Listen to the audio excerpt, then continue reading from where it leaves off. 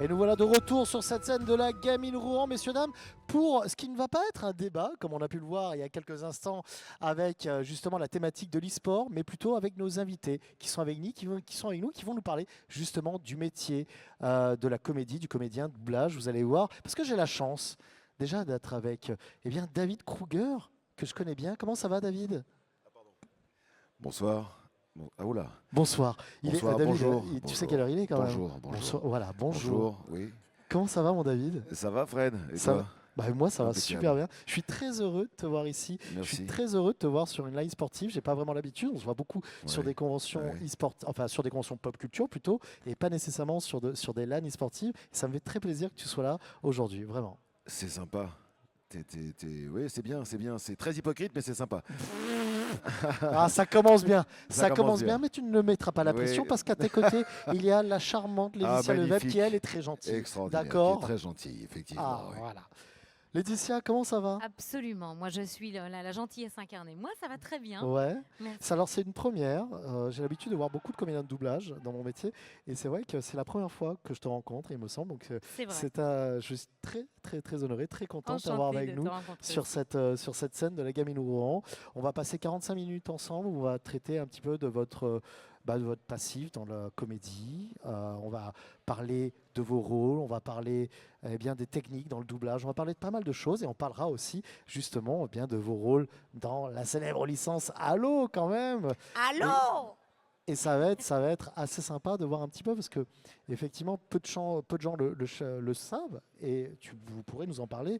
Il y a des différences entre le doublage avec une série, Oui, au tout à fait. cinéma ou autre, et le doublage avec un jeu vidéo. Mais on en Totalement. parlera d'ici quelques instants. Patientons. N'oubliez pas, messieurs, dames, que cette fois on n'est pas sur un débat, on est vraiment sur une interview. On est en mode chill et que si vous avez des questions pour nos comédiens ici présents, vous levez la main et je me ferai un plaisir de venir vers vous et de vous passer le micro pour que vous puissiez poser justement vos questions à nos comédiens de doublage qui sont ici. Ok, ça vous va ou pas? Let's go. Eh bien, c'est parti. Bienvenue pour cette conférence, cette interview avec David Kruger et Laetitia Lefebvre, nos comédiens que vous pouvez, s'il vous plaît, applaudir. Alors, David, Yes! je pense qu'il y a des games qui sont gagnés là-bas, je vous le dis. J'en suis quasi sûr. David, Laetitia, je vais commencer par une question, la première question, justement. Peut-être Laetitia, tu vas répondre en premier. Comment tu en es venue au métier de la comédie, justement? Alors, On en a pour 10 ans avec David. Hein, je vous j'avoue le que dis. c'était pas une vraie surprise pour mes parents parce que dès le démarrage, j'étais assez fougueuse, j'extériorisais facilement mes émotions. J'étais un peu clown de service et ça a toujours été un peu show-off. J'aimais bien faire rire en fait. Et puis rapidement, je me suis retrouvée à voir du théâtre à la Comédie Française. Et puis là, ça a été vraiment une révélation. Je me suis vraiment dit, moi j'ai envie de faire ce métier. C'est incroyable, quoi, de faire rire, de donner des émotions, de faire pleurer. Ça m'a donné envie, en fait, d'être là avec eux, quoi. Toi, tu as commencé avec le théâtre, la comédie Ouais. et autres. Qu'est-ce qui t'a fait venir justement au métier de doublage? J'étais déjà fascinée par tout ce qui était voix et je transformais en fait ma voix pour m'amuser. Mhm. Petite, ça commence de façon très rigolote. Ouais. Je passais des coups de fil anonymes à des gens dans le bottin. Non, c'est Je vrai. te jure. Tu t'amusais, tu les appelais, tu disais, Voilà. allô. Et je trouvais des voix pas possibles et tout ça, tu vois. Et puis, Bon, ça, ou alors je me faisais passer pour la vieille qui avait son chat, C'est ouais, ça. voilà, son chat dans l'arbre, ou voilà. Donc ça a commencé comme ça, et puis je trouvais que le doublage c'était formidable. Je voulais absolument faire ça en fait. Ok, très bien. Donc c'est venu très naturellement. Tu continues à côté justement à continuer le théâtre, Écoute, peut-être le cinéma, peut-être les séries aussi et autres. là l'occasion s'est peu présentée, mais je suis un peu occupée, j'avoue, dans le métier que je fais et qui m'éclate. Ok. Je me diversifie, mais plus je chante un petit peu en ce moment. Très bien. Voilà. C'est quoi? On en parlera tout à l'heure. Voilà, pas de C'est problème. intéressant, on va en parler tout à l'heure. David, toi, Alors, les débuts, le jeune David, le petit David. Alors, David est un enfant de la balle, c'est-à-dire que mon père a été comédien et metteur en scène après de théâtre et particulièrement d'opéra, donc j'ai toujours traîné dans ce métier. Et puis j'ai fait mes premiers pas sur une scène quand j'avais 1 an et quelques mois. J'ai fait mes premiers pas sur une très très grande scène de Paris, le TNP à Chaillot, voilà. Parce que mon père à l'époque travaillait là-bas avec Lambert, avec le père de Christophe Lambert, dont le nom, le père m'échappe tout à coup. Bref, oui, voilà. Et puis voilà, et puis après, quand j'ai voulu faire ce métier, j'avais 19 ans. Et ma mère, faisant du doublage aussi, étant comédienne, et connaissant les difficultés du métier de comédien, quand on doit ou quand on veut tourner, jouer sur scène, etc., elle savait que c'était pas forcément évident. Et comme une maman qui protège son petit, elle s'est dit je vais lui donner un petit coup de main. Donc elle m'a fait rencontrer des gens en studio. Et puis j'ai commencé par des mini-rôles, des ambiances. Et puis à force, voilà, boule de neige, j'ai fait des trucs plus importants. Et voilà quoi. David, pour les gens qui ne connaissent pas le métier de doublage, quand tu dis des ambiances, en fait. Alors les ambiances, en fait, c'est quand il y a, par exemple, quand il y a une scène de combat et qu'il y a 3000 soldats qui doivent crier à l'attaque, qui se battent, etc. Tout ça, ça fait partie des ambiances, en fait, du son qu'il y a derrière. Quand il y a une scène de restaurant, il y a des gens derrière les rôles principaux qu'on voit, qui mangent, etc. Donc on est là, on est devant le micro et on fait semblant de manger, de parler, etc. Voilà. Et donc c'est l'ambiance derrière la scène principale. Voilà. Un petit peu comme celle qu'on a derrière nous au moment où on est en train de parler. Voilà, exactement. C'est-à-dire que si on devait enregistrer ça, ce qui est en train de se faire d'ailleurs, et en faire un film, les comédiens principaux, ce serait nous. Okay. On nous entendrait mieux, mais derrière, il faudrait recréer toute l'ambiance. Okay. Et donc, il y a des gens devant le micro qui feraient « Ouais, vas-y, mets un truc comme ça, t'as qu'à jouer ça !» etc. Et puis des gens qui marchent « Ah ouais, c'est vachement sympa comme endroit, ah ouais, on reviendrait bien. » Et tout ça mixé et mélangé ensemble ferait l'ambiance. Elle est trop belle, Cortana. Ah oui, je suis d'accord. Oui, bah oui, c'est pas d'accord. David, Laetitia, justement, oui. Quand on a interprété des rôles iconiques, quand on interprète des personnages que l'on connaît bien, des acteurs américains, des actrices américaines, ou des personnages iconiques de séries, de jeux vidéo et autres, est-ce qu'il y a un affect qui se crée avec ces personnages? Est-ce qu'au bout d'un moment, on apprend à aimer ces personnages et... Bien sûr, on s'attache à eux et on arrive à comprendre des petites choses imperceptibles parce qu'on retrouve... une pointe d'humour, une pointe d'ironie ou une façon d'offrir une phrase un peu par en dessous. Et on sait exactement ce qu'a voulu faire la comédienne. Enfin, en l'occurrence, moi, je fais des femmes. Quoique. Non, c'est pas vrai. C'est intéressant ce que tu dis. Non, c'est pas vrai. Ça m'arrive de faire. On le sait que dans le métier, il y a beaucoup de femmes qui font des rôles de garçons, de petits garçons. Ah oui, non, je pensais pas à ça. Okay. Donc c'est pour ça que tu nous dis, moi j'interprète des femmes. Oui, c'est vrai, ça peut arriver. Mais non, je pensais plutôt à des gens qui sont entre deux genres et voilà, ça peut arriver aussi de les doubler. Ok, très bien. Toi, David, alors? La même question. C'était quoi la question? Est-ce que je double les femmes? Non, je ne double pas des femmes. Non, je te demandais si toi aussi, comme tu as la chance d'interpréter des acteurs américains, des gros personnages iconiques aussi dans le jeu vidéo, en série et autres. Est-ce qu'il y a des affects qui se créent vraiment avec un attachement, comme disait Laetitia, oui, il y a un attachement parce qu'on finit, que ce soit nos personnages virtuels en jeu vidéo ou que ce soit des comédiens ou comédiennes que l'on double. Laetitia a raison, au bout d'un moment, on finit par connaître leurs tics, leur façon de jouer, leur gimmick. Voilà, et on les aime les uns les autres pour leurs différences. Moi, j'aime particulièrement Chris Pratt parce qu'il a toujours l'œil qui pétille, avec un petit fond d'humour, même quand c'est... voilà, à part dans la série Ultimate List, où là, c'est vraiment un personnage très profond qui a perdu sa femme, sa fille, qui est un ancien militaire, qui est malade, etc. Donc là, c'est plus sérieux, mais sinon... Voilà, il a toujours un œil qui pétille. Voilà. Et puis Dwayne Johnson, c'est très intéressant aussi. Et puis, chaque comédien que l'on double oui, amène son lot de... Ce qui nous rapproche d'eux, en fait, c'est que quand on a la chance, en tout cas c'est mon cas, mais je pense aussi pour Laetitia, d'interpréter non seulement des rôles différents, mais des comédiens et des comédiennes différentes, chacun y amène son énergie. Et de mon point de vue, dans la vie en général, et particulièrement dans ce métier, tout est une question d'énergie. Et ce qui est intéressant, c'est qu'on peut aller chercher l'énergie rigolote de Laetitia, comme on peut aller chercher l'énergie mauvaise de Laetitia. Non, vraiment. Et donc, on peut faire des gens qui sont des assassins. En même temps, après, on peut passer à des gens qui sont... Donc, on utilise nos différentes énergies pour interpréter. Donc oui, on se rapproche, on est quelque part proche de ces énergies-là qui nous ressemblent, en fait, qui sont... Et c'est pour ça qu'on est distribué généralement dessus. C'est que certaines de nos énergies correspondent à l'énergie du personnage ou du comédien, et principalement du comédien qu'on interprète, qu'on double. Vous avez eu la chance de pouvoir justement rencontrer ces acteurs ou personnages que vous interprétiez. Ça vous est déjà arrivé ou pas? Non, moi non plus. J'ai entendu David dire non, moi non plus. Non, ça a failli m'arriver. Je me souviens jamais du nom de l'acteur. C'est dans la série Arrow. Ah, Et je double Deathstroke. Vous voyez qui c'est, Deathstroke? ouais. Voilà. Avec une voix qui est très comme ça, machin, là.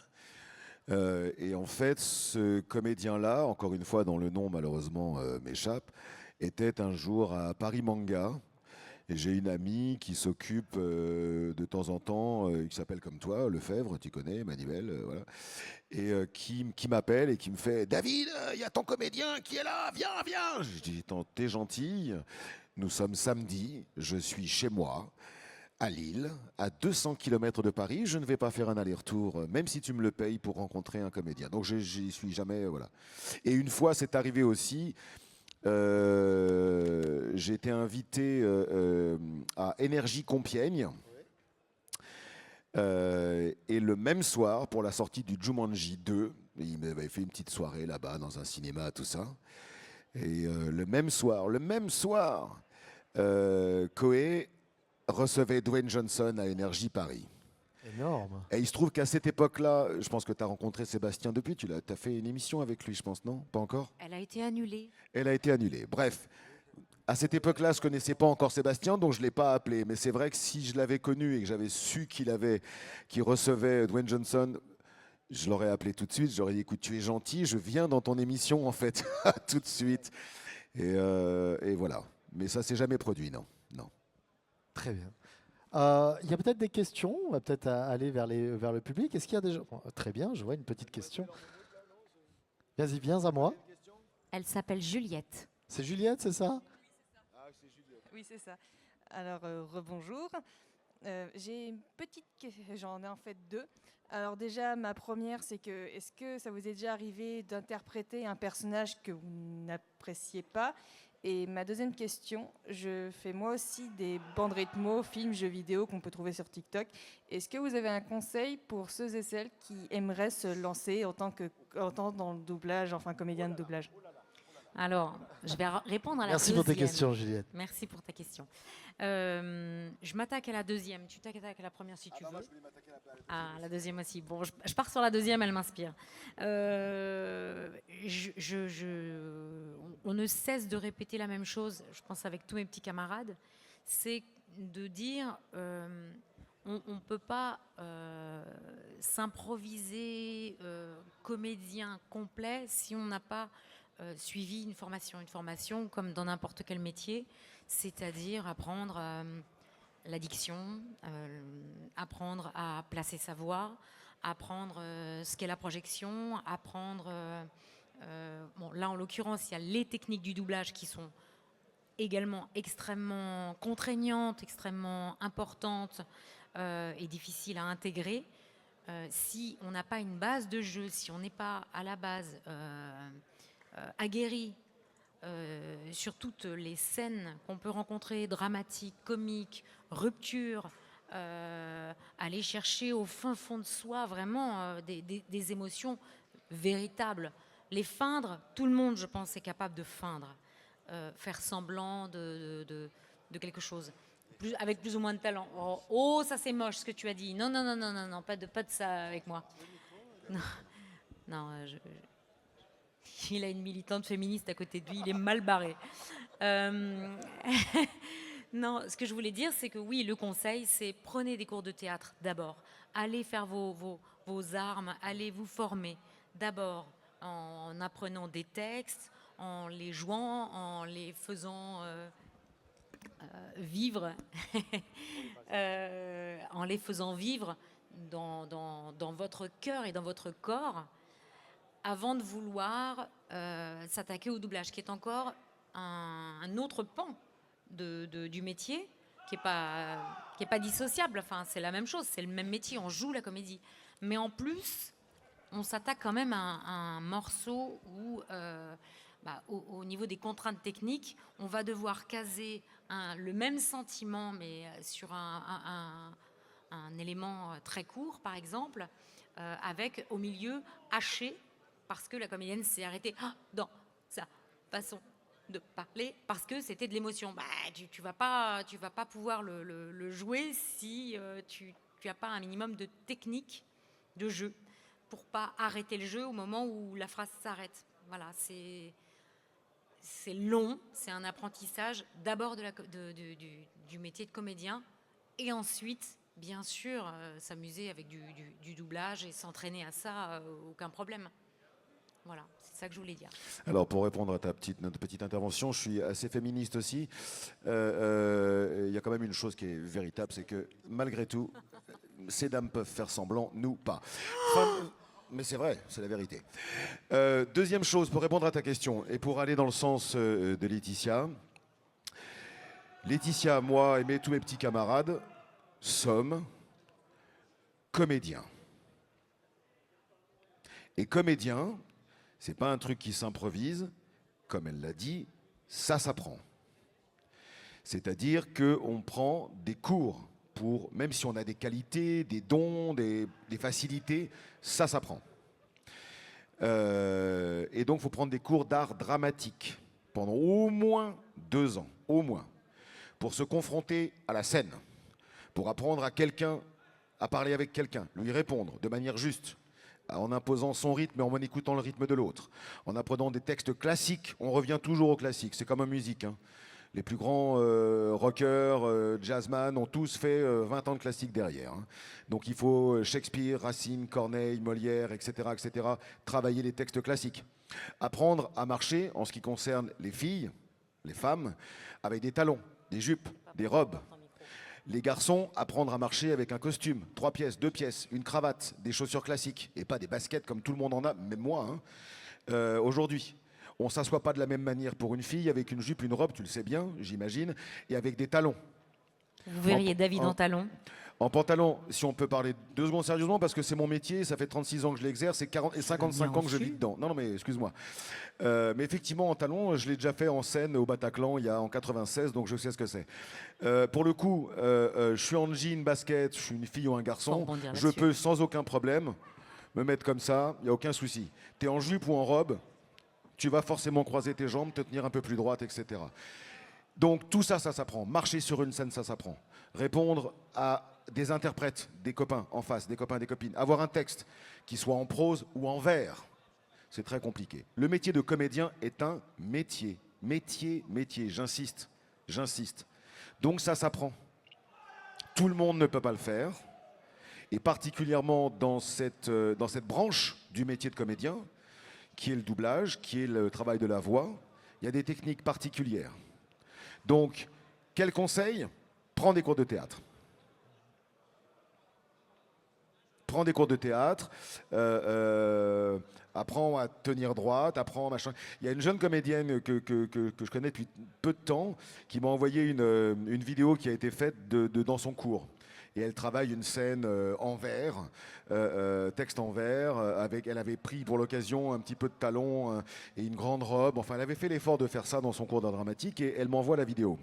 Elle me dit, qu'est-ce que t'en penses ? Je dis, tu me connais, hein, je vais te répondre franchement.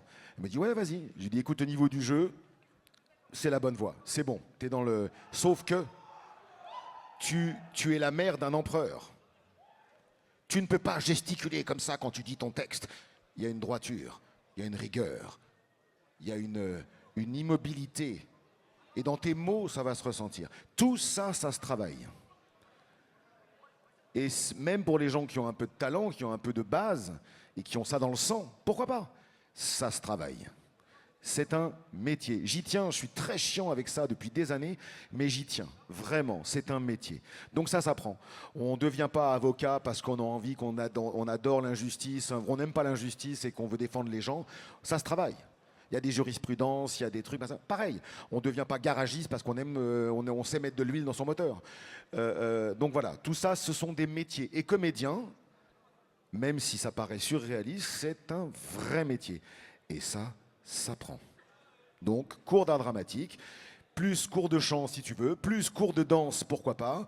Voilà, moi j'ai fait du chant, j'ai fait des claquettes, j'ai fait du jazz, j'ai fait du classique, pour avoir une tenue de corps, pour essayer de apprendre à se déplacer, à marcher. Et encore une fois, on ne se tient pas de la même manière. Dans ce métier, l'habit fait le moine. L'habit fait le moine. Tu ne marcheras pas de la même manière, encore une fois, en jean basket, qu'en tenue avec bustier du XVIIe siècle, tu vois, machin, avec une perruque. C'est pas la même chose. Ce n'est pas la même chose. Et on ne dit pas les textes de la même manière, aussi. Donc tout ça, ça s'apprend. Cours d'art dramatique. Pardon, j'ai été un peu long. Et la deuxième question. Oui, la deuxième question. La deuxième question. C'est un Non, c'était la première personnage, d'ailleurs. non? Oui, un Voilà. personnage que vous... C'était quoi déjà? Des personnages antipathiques, c'est ce que tu disais. Non. Refuser des rôles, c'est ça, de personnages? Oui, est-ce qu'on a déjà pas apprécié certains personnages? Ah, voilà, d'accord, ok, très bien. Est-ce qu'il y a des personnages que oui, effectivement? Oui, bien sûr, bien sûr. Il y a des gens méprisables dans le monde et il faut bien les doubler aussi, quoi. Donc, de temps en temps, on tombe sur des monstres. Et ah ouais, c'est vrai. Mais non, mais attends, je vais développer. On tombe sur des monstres qu'on ne voudrait surtout pas être dans la vie, mais il va bien falloir créer un pont pour arriver à devenir cette personne en très peu de temps. Donc, il faut énormément de... Comment on va dire ça? Il faut se glisser dans la peau de ce personnage et il faut l'aimer pour arriver à le jouer. Voilà. Donc même si au démarrage tu dis ah mais il est à vomir ce personnage, mais pourquoi t'as pensé à moi là-dessus? Mais c'est pas possible, tu me détestes, enfin, tu me vois comme ça, tu me vois aussi méprisable et aussi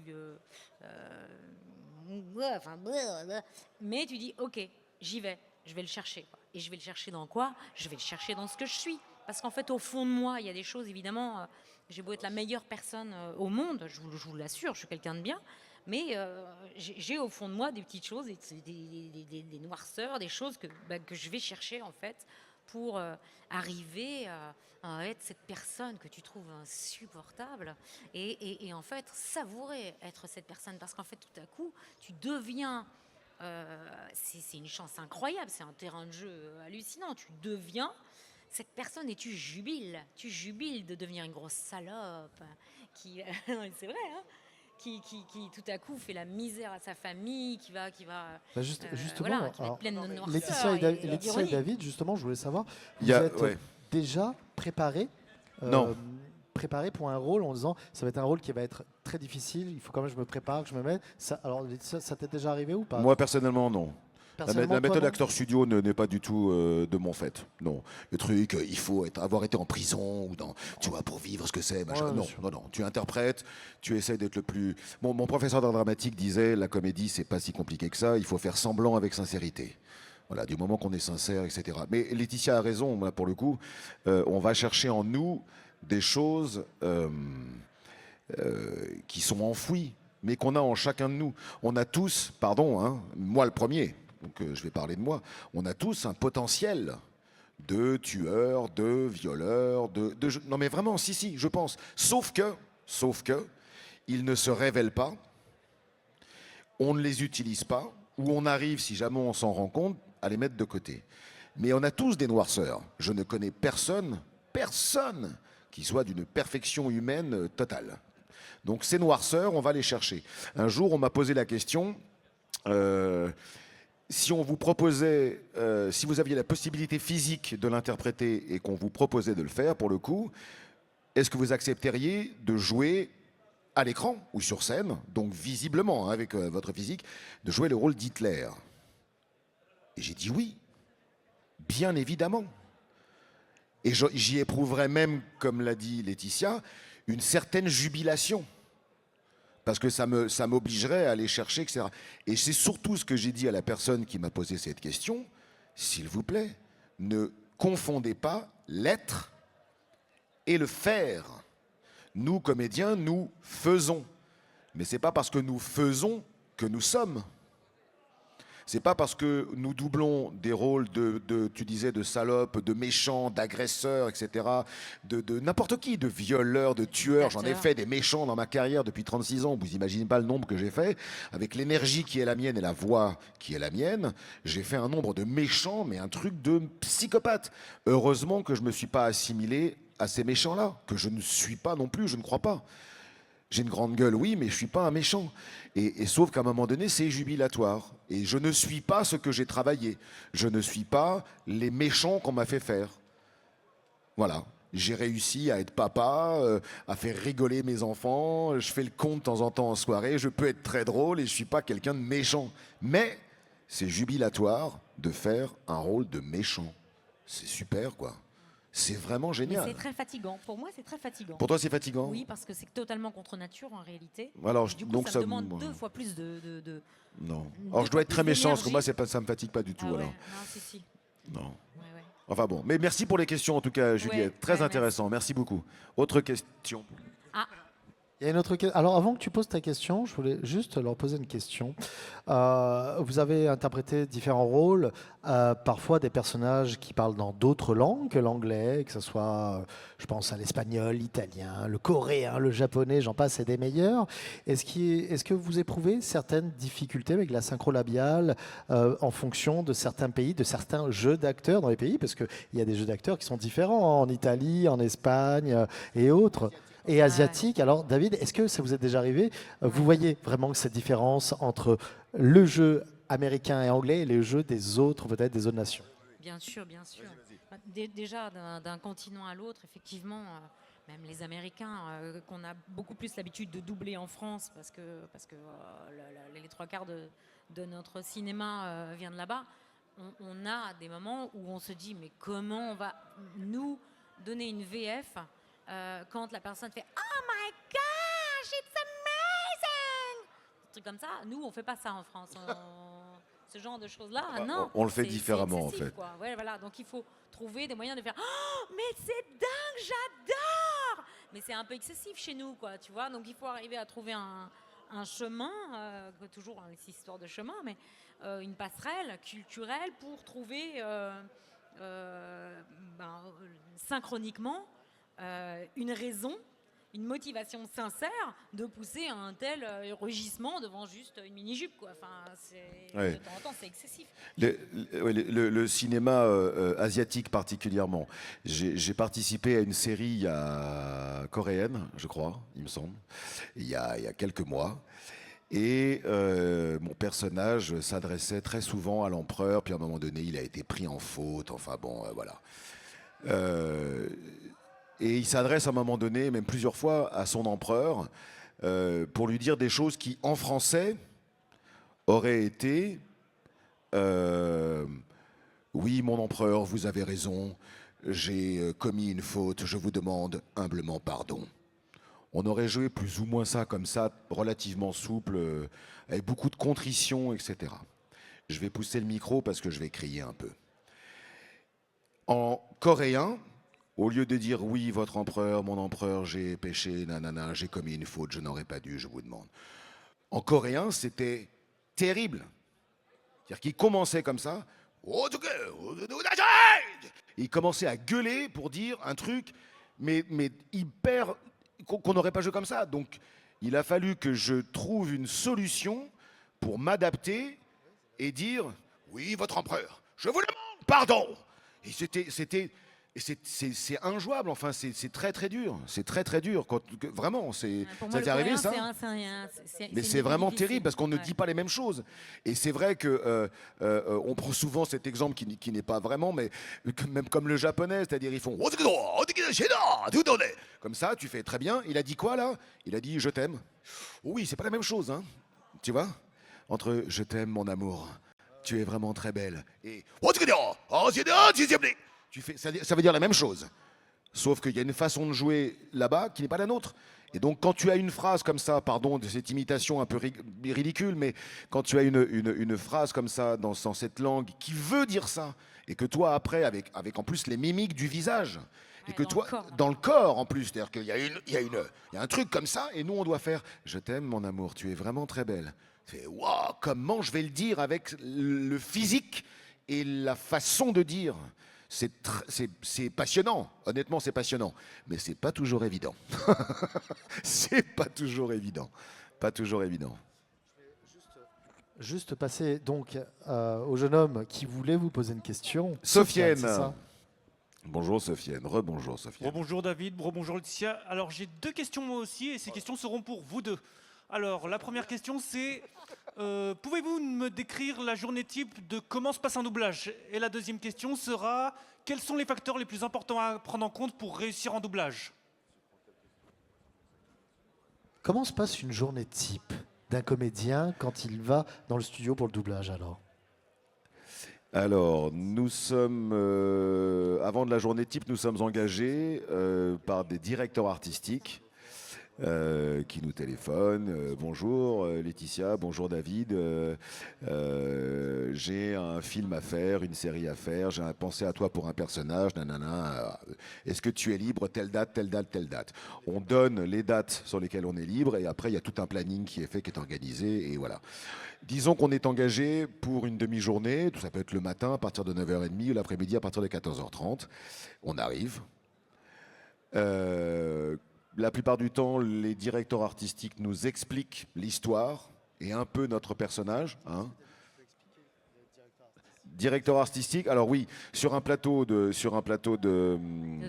doublage, il y a donc nous les comédiens qui sommes devant le micro, il y a l'ingénieur du son qui prend le son, et il y a un directeur artistique, c'est-à-dire quelqu'un qui va nous diriger artistiquement et qui, si on fait des erreurs dans l'interprétation, va nous indiquer, parce que lui connaît mieux le produit que nous, le film que nous, va nous indiquer, là il me semble David que tu as été un peu trop fort, là un peu trop doux, un peu machin, tiens si tu appuyais là, ça serait mieux, etc.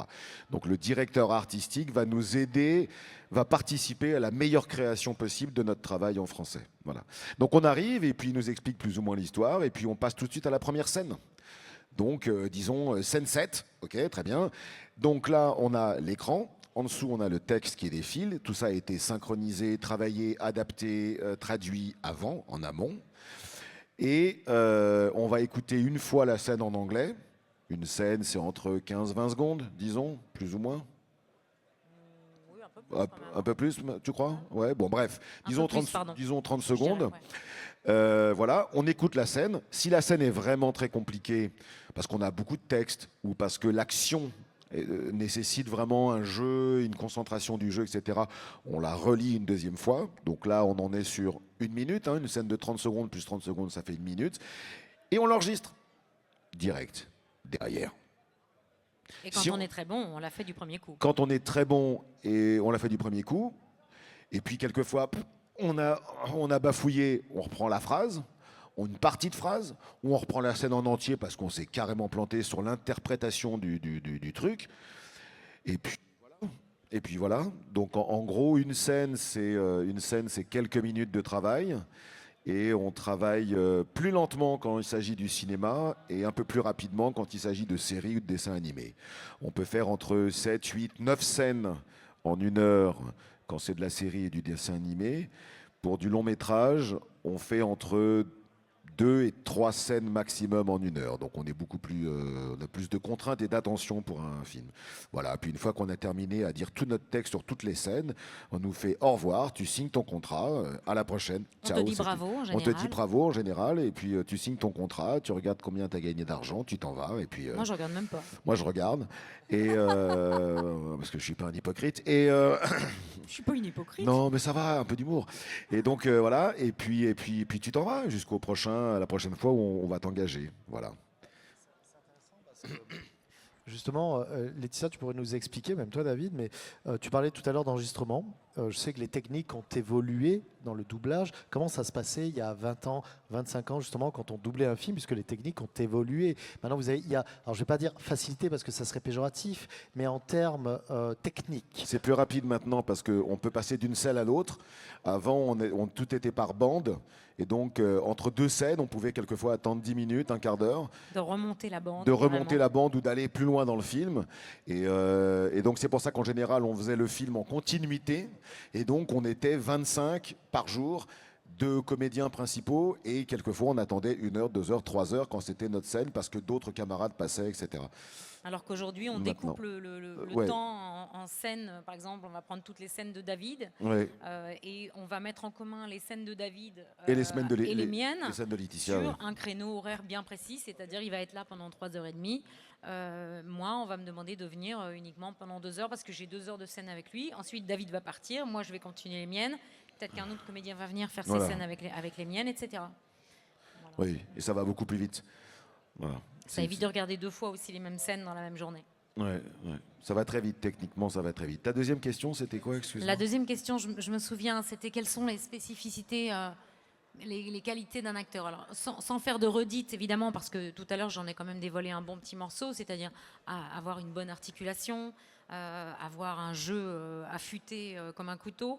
Je pense qu'un comédien, sincèrement, dans notre particularité de métier, qu'on fasse du jeu vidéo, du dessin animé ou du doublage de séries, de films ou autres, c'est un peu comme mettre un instrument de musique pour moi. Donc ça se travaille, c'est comme des gammes tous les jours, tu dois essayer d'avoir une diction parfaite et ton jeu aussi doit être impeccable. Tes intentions doivent être juste du début à la fin. Il n'y a pas d'endroit où quand tu lances une phrase, tu ne sais pas vraiment où elle va. Non, tu sais précisément où elle part, tu sais à quel endroit est l'ironie, tu sais à quel endroit elle reprend un petit peu d'espoir, à quel endroit sa voix chevrotte. Et tout ça, c'est un travail minutieux, c'est un peu de la dentelle parfois quand on fait du cinéma. D'écoute. Ah oui, c'est ce que j'allais dire. Énormément d'écoute. Une feuille, il faut avoir une oreille. Pour ça, être musicien, je trouve que ça aide beaucoup. Parce qu'effectivement, il y a parfois des directeurs artistiques qui demandent, et j'entends très bien ce qu'ils veulent dire, mais c'est du millimètre, c'est-à-dire un demi-ton au-dessus. Tiens, on va refaire toute la scène que tu as faite, super bien, mais on va la refaire parce que là, tu vois, il y a eu un petit demi-ton, là, juste là. Bon, voilà, c'est comme une partition de musique. Faut la rejouer peut-être 5 fois jusqu'à obtenir l'enregistrement parfait. Voilà. Après, moi, je trouve aussi être quelqu'un d'agréable, l'air de rien, sur un plateau, ça compte. Voilà, on a quand même beaucoup plus plaisir à être avec un comédien agréable, poli, sympa, marrant, de bonne humeur, qu'être avec quelqu'un qui est insupportable sur un plateau, qui fait du bruit, qui agace tout le monde, ou qui a un melon pas possible. Voilà, ça aussi, ça a l'air de rien, mais je trouve que ça compte aussi quand même, ça participe de l'humeur d'un plateau, et donc peut-être qu'on va avoir envie de t'appeler un peu plus si t'es comme ça, que si t'as un talent fou, mais que t'es un gros, excusez-moi l'expression, mais un gros con, quoi. Enfin, vous voyez. Voilà. Ça a l'air de rien, mais je trouve que c'est une qualité aussi. Voilà. Je ne sais pas si j'oublie quelque chose, David. Moi, je voudrais revenir du coup sur le jeu vidéo. On sait, tout à l'heure, vous avez expliqué les techniques de doublage dans une série, un animé, un film et autres, mais on sait que les techniques ne sont pas les mêmes quand on double un jeu vidéo. Je voudrais savoir comment ça se passe déjà. Et j'ai une double question, j'ai une question aussi pour David. David, tu interprètes le Spartan dans le jeu, mais aussi dans la série TV. Est-ce qu'il y a eu un changement dans ton jeu par rapport à ces 2 formats pour l'interprétation de ce même personnage? Alors, on va commencer peut-être par cette question et ensuite on verra. Comme tu veux. Oui, on va commencer par cette question. Après, si tu je vais veux. avec toi, Laetitia. Non, il n'y a pas eu de différence d'interprétation. Alors, à ceci près que moi, je ne voulais pas de différence d'interprétation. Sauf que j'ai été confronté, pour le coup, à un véritable comédien et non pas à une image qui, en plus, en général, est sans le casque, Enfin, avec le cast, normalement. Alors que dans la série, tout à coup, le comédien, bah, lui, il a un visage. Donc, il a fallu que je fasse aussi avec l'énergie du comédien, voilà, qui, fort heureusement, a peut-être été drivé, comme on dit, par des joueurs ou par des gens du jeu, j'en sais rien, pas, voilà, sur le côté taciturne, très froid, très glacial, très de John. Et malgré tout, sur certaines scènes, j'ai trouvé sur la série qu'il n'était pas, de mon point de vue, hein, à des petits moments, qu'il n'était pas John. Donc, j'ai fait, et je crois que ça a fonctionné, en tout cas sur la saison 1, quelquefois j'ai dû imposer vocalement quelque chose. C'est possible. Ben, non, je l'ai tenté en tout cas, et je crois que c'est passé. Il y a certaines expressions, certaines tenues du comédien, certaines façons de se mouvoir où je me suis dit, bon, ben zut, quoi. Mais j'ai imposé vocalement le truc parce que je voulais rester. Et d'ailleurs, en général, le micro, quand on enregistre en studio, il est plus ou moins à une longueur de bras. En doublage. Comme ça, en doublage. Donc le micro est là à peu près. Et comme John, je le prends vraiment dans mes graves. Voilà, Cortana, il Oui. me faut une arme. Oui, Et chef. c'est là que je le prends dans mes graves. Donc j'ai moins de puissance vocale forcément. Et donc j'ai demandé à ce qu'on rapproche le micro. Et qu'on vienne, comme on dit dans le son, qu'on vienne me chercher un peu plus. Donc j'avais moins d'efforts vocal à faire et je pouvais plus me rapprocher de John, qui est dans les graves, un peu sur le souffle, comme ça. Les Covenants, Cortana. C'est tout ça. Donc c'est pas ma voix naturelle, c'est ma voix dans mes graves. Voilà, donc il y a un travail aussi à faire au niveau du son. Voilà. Mais la difficulté, c'est que j'avais John dans la S1. Je ne peux pas vous parler de la saison 2. Pas de spoil, mais même de toute façon, j'ai pas le droit. Nous avons signé un truc de confidentialité, donc voilà, je peux rien vous dire.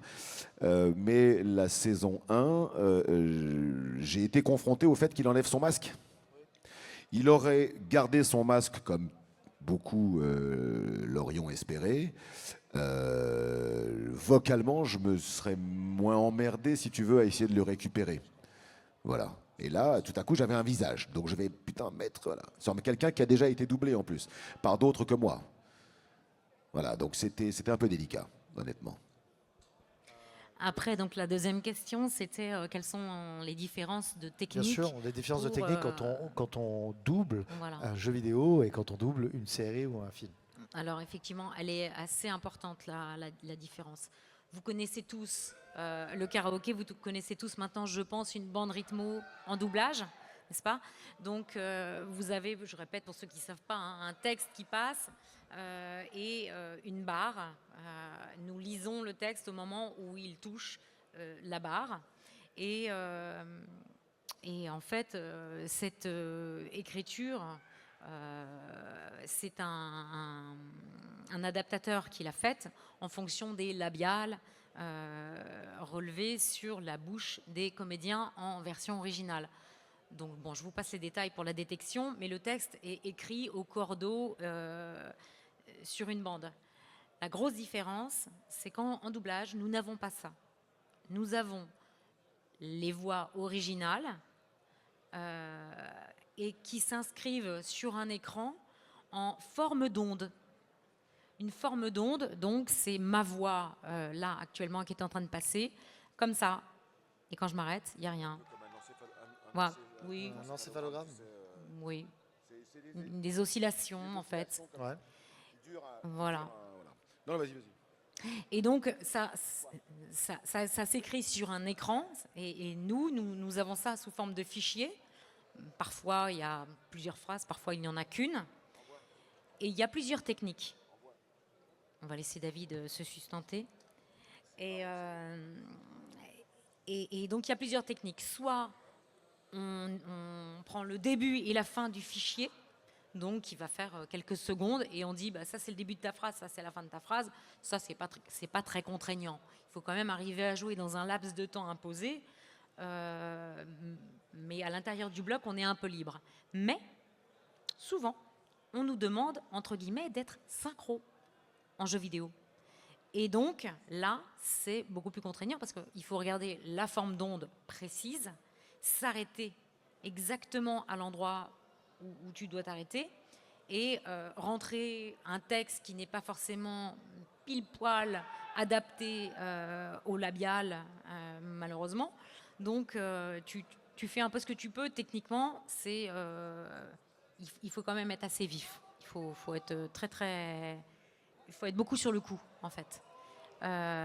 Donc, nous, on a, je pense, quand même tellement bouffé de cette façon de faire qu'aujourd'hui, C'est une habitude, en fait. C'est une habitude, voilà. Pas de difficulté. Pas d'énormes difficultés. Si, la grosse difficulté, c'est quand l'adaptateur n'a pas fait son travail et qui vous met un texte de 2 km à un endroit où moi, j'ai besoin. Mais comme nous sommes, David et moi, de grands professionnels, nous le voyons tout de suite. C'est-à-dire que c'est aussi pour ça qu'on nous appelle. C'est qu'ils savent que nous, en 2 minutes, ça va être réglé. On va dire, la phrase là, ça rentrera jamais. Je vais te changer le parce que par un quart ou j'en sais rien, je vous dis n'importe quoi, mais là je vais couper ce morceau de phrase qui est beaucoup moins important et l'idée principale on va la garder pour pouvoir être pile poil avec eux et que dans ton jeu vidéo tu retrouves un comédien qui parle de façon normale sans avoir à tirer sur les mots parce que si on laisse faire des auteurs, on n'a pas ces textes, et on est obligé de parler lentement. Donc ça, non, c'est moche. Donc nous, on dit non, nous on va rajouter un morceau de phrase. On va dire, je vais me permettre de rajouter un mot pour pouvoir parler lentement. Voilà. Là, je suis dans l'énergie du personnage et je n'ai pas tiré. Donc mon jeu a l'air naturel en fait. Est-ce que j'oublie autre chose? Je crois pas. Non, on a compris que vraiment c'était 2 techniques totalement différentes. Ouais, quoi. Totalement. Tu as Drôle bien- de bête. Ça te plaît? Ça vous plaît? Moi, j'adore. En fait, doublage je de jeux suis. vidéo, parce que comme ces 2 techniques sont différentes, ça vous plaît? Vous avez une préférence quand même ou pas? Bon, le doublage, évidemment, c'est beaucoup plus agréable parce Bien sûr. que déjà, tu as entre guillemets le produit fini, même si généralement on travaille sur des versions qui ne sont pas complètement terminées, finalisées. On a quand même les 3/4 des images qui sont là. Donc évidemment, pour s'appuyer, il n'y a rien de tel. Sur un jeu vidéo, les 3/4 du temps, on est sur soit un tout démarrage de projet, soit des images en cinématique avec des personnages qui ont des diodes sur la tête. Ça, c'est assez incroyable à voir, hein, j'avoue, ça me fascine toujours autant. En motion capture, voilà. Là, c'est dans le meilleur des cas. Non, dans le meilleur des cas, on a le produit fini. Ça arrive aussi, c'est merveilleux. Il arrive même parfois qu'on ait des rythmos, mais c'est tellement rare. Tellement rare. Ça pourrait être intéressant que vous puissiez aussi, parce que c'est vrai qu'on vous voit en tant que comédien de doublage, donc on utilise votre voix, mais je sais que dans le jeu vidéo, il y a énormément maintenant de motion capture. Et ça pourrait être intéressant qu'on vous retrouve justement en combinaison de motion capture, donc vous donnez de la voix, mais que vous interprétiez aussi ce personnage. C'est quelque chose chouette. que vous aimeriez faire, ça? Ce serait génial. Oui, ce serait rigolo, oui. Ce serait rigolo. Oui, tout à fait. Ça serait marrant. Ça serait marrant, ouais. Je voudrais, parce qu'on est déjà presque à la fin de cette conférence, moi je voudrais revenir sur quelque chose. Alors, David, je vais poser cette question. Il faut que tu me fasses un truc abrégé, s'il te plaît. Et pas 10 minutes. Oh putain, d'accord. Je voudrais qu'on revienne sur les dangers de l'IA. En ce moment, on en parle beaucoup dans le métier du doublage. Je vois qu'il y a beaucoup de comédiens qui montent au créneau et autres qui commencent à s'insurger par rapport à ça, à différentes choses qui sont faites aux États-Unis, qui risquent d'arriver en France et autres. Moi, je voulais votre point de vue là-dessus et que vous nous expliquiez un peu ce que vous en pensiez, justement. Rapidement.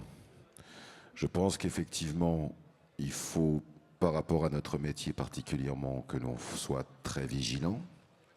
Premier point. Deuxième point, je pense que notre métier, bien évidemment, n'est pas le seul concerné, car une IA peut très bien faire le résumé, la plaidoirie d'un avocat, par exemple, peut très bien faire des calculs que un homme ne ferait pas aussi rapidement, peut écrire des textes pour n'importe qui, voilà. Donc, notre métier n'est pas le seul concerné, bien évidemment. Et donc, nous devons être très vigilants tous. Tous. Parce qu'il y a des dizaines, voire des centaines de millions de personnes qui vont perdre leur boulot. Ou qui vont être très emmerdées. Donc, l'IA, c'est pas que notre... voilà. Concernant vraiment notre métier, il y a une pétition, comme tu l'as dit, qui circule. Qui s'appelle Touche pas à ma VF. Je suis très partagé. On m'a demandé d'ailleurs d'enregistrer cette phrase pour un mini truc qui va se faire, où chaque comédien, je sais qu'il y a dizaines de comédiens qui ont déjà participé, moi je vais participer lundi, je vais enregistrer cette petite phrase, ne touche pas à ma VF. Je vais l'enregistrer, je vais l'envoyer, ça va être mis sur le petit truc. Mais, et je vais aller très vite, les pétitions c'est formidable, en soi. C'est très généreux, c'est très noble, ça part d'une superbe idée, d'une superbe intention. Je ne pense pas, malgré la belle intention, que ça serve à quoi que ce soit. Pourquoi je dis ça? Parce que je voudrais tous vous rappeler, même si vous étiez un peu jeune pour certains, qu'en 2005, il y a des dizaines de millions de personnes qui ont voté contre un passage à Maastricht, machin, etc., 54%, et que nos gouvernants et l'Europe se sont magistralement assis sur la volonté du peuple, alors qu'ils étaient des dizaines de millions à voter dans un sens qu'ils souhaitaient. Si nos gouvernants se foutent de dizaines de millions de personnes qui votent de manière officielle sur un référendum et nous la font à l'envers 2 ans plus tard, vous imaginez bien qu'une pétition qui va regrouper quelques milliers de personnes, ils s'en foutent d'autant plus. Donc, je ne suis ni négatif ni positif sur cette pétition ou sur toutes les pétitions, machin. Je dis juste que, symboliquement, c'est très beau. Est-ce que ça sert vraiment à quelque chose ? Je ne suis pas tout à fait sûr. Bon, moi j'ajoute qu'il n'y a pas qu'une pétition. Effectivement, moi, je vous recommande chaleureusement de signer cette pétition. Voilà, parce qu'on ne sait jamais, on n'est jamais à l'abri d'une bonne surprise. Hein.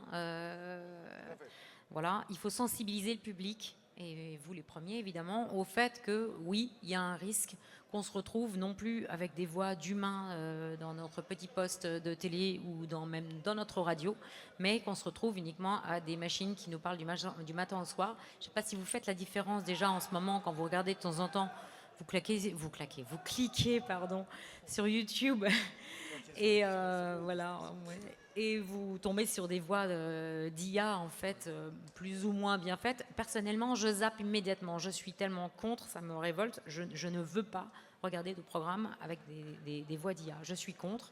Et voilà, ce qui est en train d'essayer d'être voté par certains avocats spécialistes et par certaines associations, syndicats, etc., c'est au moins de faire mention sur les films ou sur les séries ou sur les produits qu'on regarde, d'un label disant oui, ces voix ont été enregistrées par des êtres humains. Non, ça n'a pas été fait par des fucking machines. Et oui, ce que vous regardez a été fait avec un petit cœur, quoi. Qui en est, oui, c'est impossible d'aller contre ce progrès-là, mais qu'on puisse choisir, qu'on ait le droit et de continuer à faire un métier passionnant, joli et qui a du sens. Et qu'on puisse éthiquement continuer à évoluer dans ce monde-là sans mentir, en fait, quoi, que les choses soient transparentes. Il y a une autre forme d'IA dont on n'a pas encore parlé, j'en parle, c'est, si vous voulez, moi c'est ce qui me fait le plus peur, je pense, c'est que les grands de ce métier, je sais pas, les De Niro, voilà, on prenne leur timbre si particulier et grâce à une machine, ils se mettent à parler français. Voilà. C'est intéressant que tu dis ça, Laetitia, parce que c'est exactement ce qu'ils sont en train de voir aux États-Unis.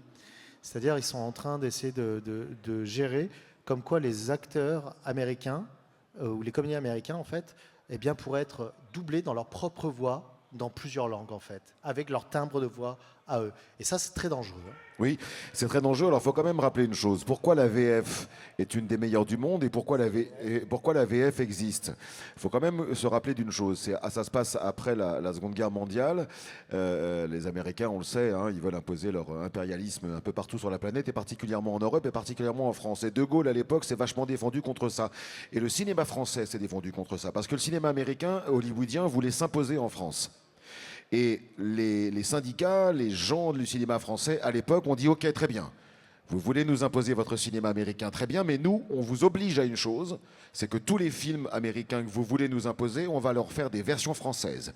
Et on les diffusera en version française. » Et c'est comme ça que le doublage a véritablement commencé en France. Voilà, ça c'est pour la petite histoire. Donc on a la possibilité, si on était un peu plus protectionniste, et si on part sur cette idée de protectionnisme, qui n'est pas un gros mot, hein, c'est très bien de se protéger, on peut peut-être défendre nos intérêts. Je voudrais juste rebondir 30 secondes sur un mot qu'a utilisé Laetitia, c'est le mot progrès. Là aussi, je vous le demande, il n'y a pas que du positif dans le progrès. Il faut arrêter le progrès, le progrès, le progrès. Tout n'est pas un progrès. Tout n'est pas un progrès. Et comme dirait un philosophe que j'aime beaucoup et qui, quand il parle de sa femme qui est morte d'un cancer il y a quelques années, il disait, vous savez, quand votre médecin vous dit votre cancer progresse, le progrès dans ces cas-là n'est pas un bon progrès. Tous les progrès ne sont pas bons. L'IA m'apparaît de manière humaine absolument pas bonne du tout. Voilà. Donc, je vous le demande avec tout mon petit cœur, puisque Laetitia parlait de petit cœur, je vous le demande vraiment avec tout mon petit cœur, ne considérez pas que tout progrès est bon et ne foncez pas aveuglément, dans n'importe quel progrès parce que c'est du progrès. Le progrès n'est pas toujours bon et quelquefois le fait de régresser, c'est mieux. Je vous laisse réfléchir à ça. Messieurs, dames, je pense qu'on peut applaudir Laetitia Lefebvre et David Kruger, nos comédiens qui sont avec nous encore toute la journée. Je suppose que vous aviez peut-être d'autres questions pour eux. Malheureusement, on n'a pas nécessairement assez de temps, mais ils sont en dédicace. Juste là-bas sur leur petit stand. N'hésitez pas à les voir parce que c'est totalement gratuit et ils sont extrêmement gentils. Très accessible. Très accessible. Et croyez-moi, ils se feront un plaisir de répondre à vos questions et vous faire des petites signatures sur les différentes photos qu'il y a sur le stand. Merci à vous. Nous, on se retrouve d'ici quelques instants. Merci beaucoup, vraiment. Mais on se retrouve d'ici quelques instants sur cette scène pour le début des hostilités, les débuts des compétitions e-sportives ici en direct, messieurs, dames. Donc, restez. Et pour ceux qui ont envie d'une petite dédicace avec nos comédiens, let's go, c'est d'ici quelques instants sur leur stand. Merci à vous. Merci à tous.